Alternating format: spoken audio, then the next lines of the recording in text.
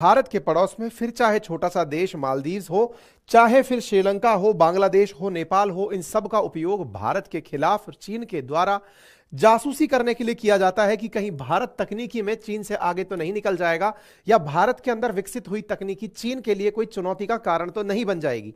भारत ने कुछ ऐसा ही कर दिखाया है जिसके चलते भारत के पड़ोस में बैठा चीन अपने आप के लिए अब चिंतित तो जरूर होगा, क्योंकि भारत ने हाल ही में अपनी अग्नि 5 मिसाइल का सफलतम परीक्षण करते हुए पूरे की पूरे चीन को अपनी रेंज में लाने का निर्णय कर लिया है। यानी कि हमने डीआरडीओ के माध्यम से टेस्ट किया और उस टेस्ट में अग्नि 5 की रेंज को 5000 किलोमीटर से ऊपर मल्टीपल टारगेट्स पर हिट करने वाली मिसाइल का सफल परीक्षण कर दिखाया, जिसके चलते प्रधानमंत्री के द्वारा डीआरडीओ को शुभकामनाएं प्रेषित की गई। लेकिन इनसे ये सभी लोग जो भारत के खिलाफ चीन के जासूसी जहाजों को इंडियन ओशियन में आने की इजाजत दे रहे थे, वो कहीं ना कहीं अपने आप को ठगा सा महसूस कर रहे होंगे, क्योंकि भारत पर निगरानी रखने के लिए ही चीन के द्वारा बड़ी बार, कईयों बार भारत के दक्षिण में, भारत के पूर्व पश्चिम में जो देश हैं वहां पर चीन के द्वारा निगरानी रखने के लिए खोजी जहाज भेजे जाते रहे हैं कि भारत क्या परीक्षण कर रहा है ये पता चल जाए।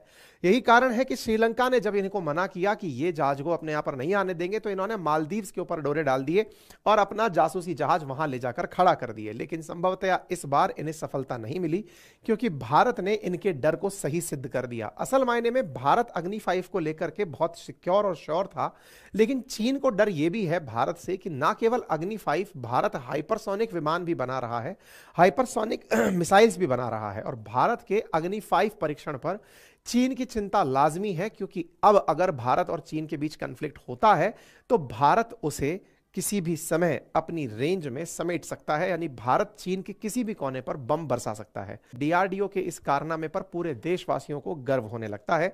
भारत के राष्ट्रपति और प्रधानमंत्री के द्वारा इस जानकारी को अपने अपने स्तर पर सोशल मीडिया हैंडल्स पर बड़े नेताओं के द्वारा भी साझा किया गया। डीआरडीओ के द्वारा भी कल अपनी जानकारी को साझा किया, और इसमें जो सबसे इंपॉर्टेंट बात डीआरडीओ के द्वारा साझा की गई वो ये थी कि ये multiple independently targetable re entry vehicle है।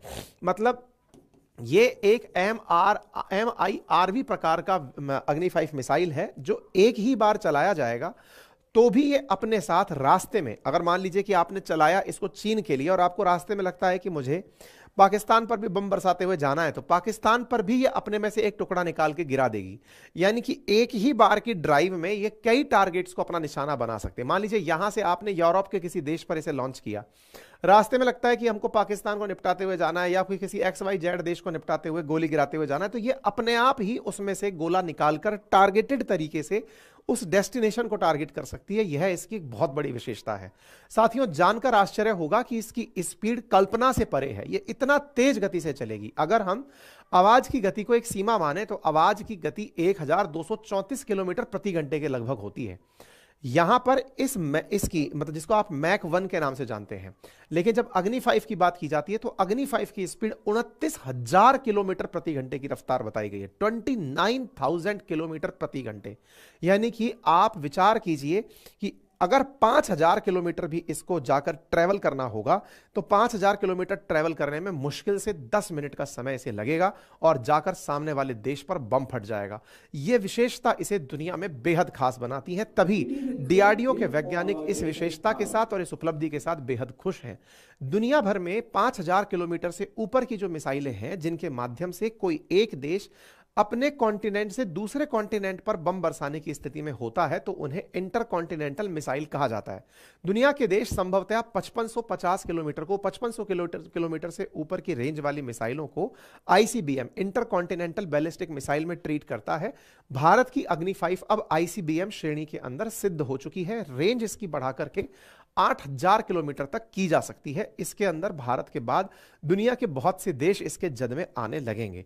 डीआरडीओ जिसके द्वारा यह कार्य किया गया है, वो देश भर के अंदर 50 प्रयोगशाला के माध्यम से नई तकनीकी के विकास के लिए भारतीय सेना को उन्नत प्रौद्योगिकी देने के लिए तमाम निरंतर प्रयास करते हुए रहती है। डीआरडीओ के द्वारा ही अग्नि कार्यक्रम को, जिसको कि हम पटना मिसाइल सिस्टम के माध्यम से integrated guided missile development programme के नाम से जानते हैं, जिसमें पृथ्वी, अग्नि, त्रिशूल, नाग और आकाश जैसी मिसाइलें शामिल की जाती हैं, उसी क्रम में हमने अग्नि मिसाइल का सबसे पहले परीक्षण शुरू किया था।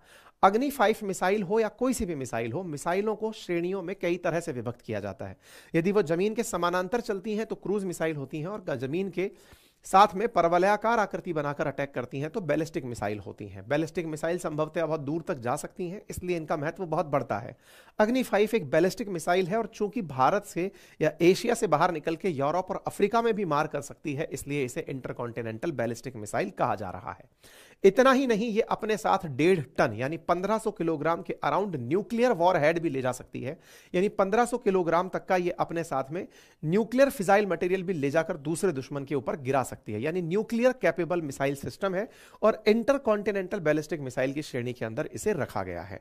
यानी कि अपने आप में यह मिसाइल उन सभी सुविधाओं से लैस है जिनके चलते दुनिया भर के देश भारत को, भारत की शक्ति को मानने पर विवश होंगे कि हां, भारत ने कुछ ऐसा कर लिया है जो दुनिया में इन्हें खास बनाता है। क्योंकि भारत से पहले एमआरवी जो सिस्टम है वो यूएस, यूके, रशिया, फ्रांस और चाइना के पास था। अब भारत के पास भी यह सिस्टम होगा। ऑलरेडी इंटरकॉन्टिनेंटल मिसाइल दुनिया में 8 देशों के पास है, जिनमें से कि इजराइल और नॉर्थ कोरिया भी शामिल हैं।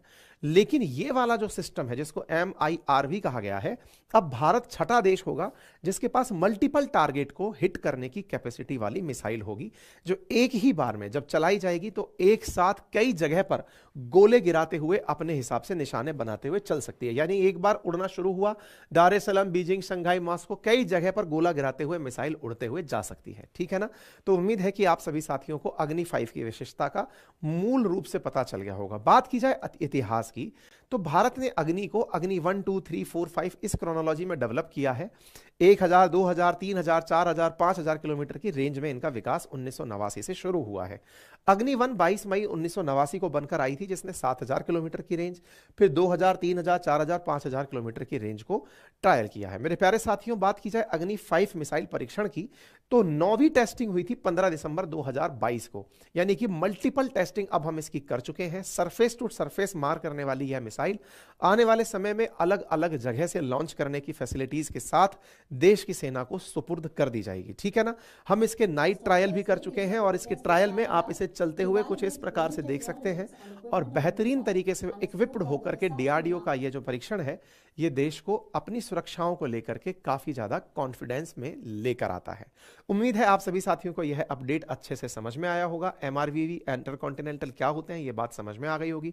प्रॉपर तरीके से अब चाइना हमारे पास, चारों तरफ से हम चाइना को टारगेट कर सकते हैं। आप यहां देख सकते हैं पूरा चाइना, चाइना से आगे तक हम रशिया, अफ्रीका और यूरोप के कई देशों को अब टारगेट करने की स्थिति में इस टेस्टिंग के बाद में रहेंगे। फिलहाल के लिए इतना ही। जानकारी पसंद आई हो साथियों से साझा करें। चैनल पर नए हैं तो सब्सक्राइब करें, क्योंकि आप में से बहुत सारे साथी चैनल को सब्सक्राइब नहीं कर रहे हैं।